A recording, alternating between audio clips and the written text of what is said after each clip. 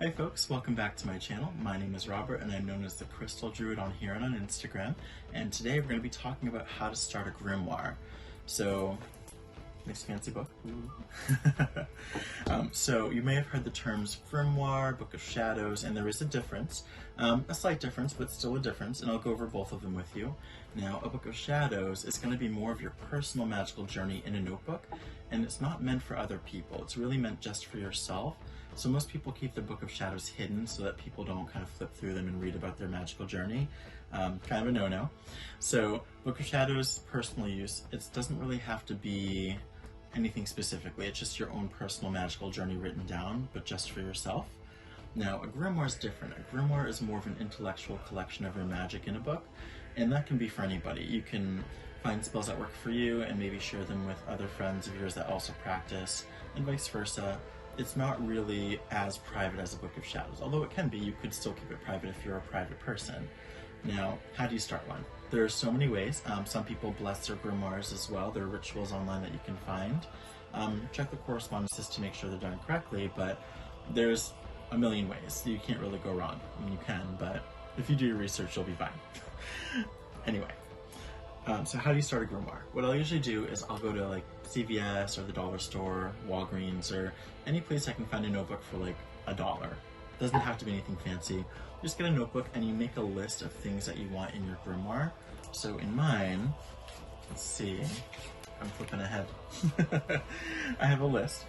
So I have grimoire. What do I want in it? A rune per page. So I might write a rune on a page, and underneath that rune I'll write all the meanings and correspondences, so it's all in one spot. Because with runes, even though they have one core meaning, they also have many meanings also associated. So there's never really just one set thing with magic, which is great because it gives you loopholes, and we like loopholes. Loopholes are great. Next up, I have the alphabets for the runes. So I have the Elder Futhark, which I use more for divination and magic and vine runes. And then I've got the Younger Futhark if I want to write down a spell, but only I want to be able to read it. Unless people study out the Younger Futhark and they know how to read it too, and then the jig is up. Next up, I might have a page per planet with correspondences. So planetary magic, knowing about, for example, today is Sunday. So Sunday represents the sun. That's all about victory, success, and we might burn a yellow candle today because yellow represents the same thing. Sun, victory, success. So those are correspondences. Knowing the planet, knowing the color that corresponds with it.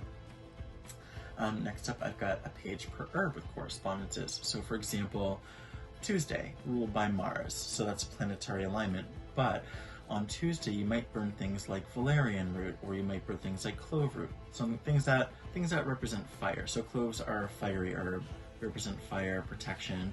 Mars is all about battle, so maybe you combine it with the rune Tiwaz for victory as well. Just some ideas. You don't have to do it this way, but these are just some ideas just to kind of give you just some processes from how you might want to do it, and it's totally up to you. You can do it however you want. This is just inspiration. Maybe you do a page per color candle with correspondences. So back to Sunday with a yellow candle. Maybe you do a red candle on Tuesday for Mars. You could do a white candle on Monday because it represents the moon, Moon Day.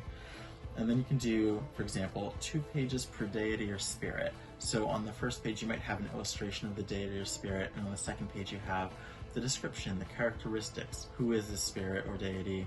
How do you work with them? What is your relationship to them? Etc., etc.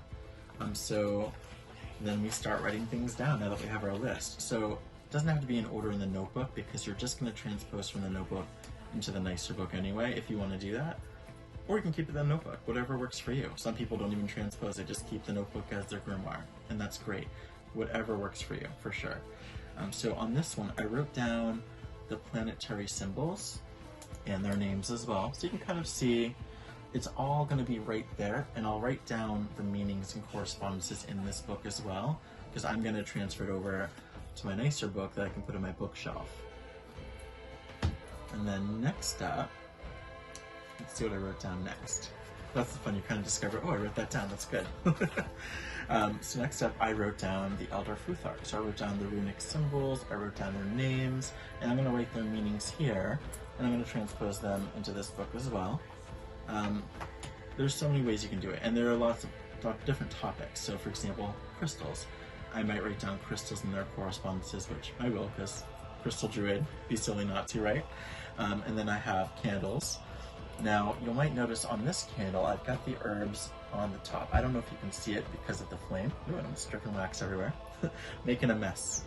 But you might know of like blessed and dressed candles, and usually people might put them on the sides with an oil, or you can put them on top. So for example, I made this candle that's hopefully not going to fall over on me, but this is a blue candle that I'll be burning on Thursday, because Thursday is ruled by Jupiter, and Jupiter is all about expansion and growth and money.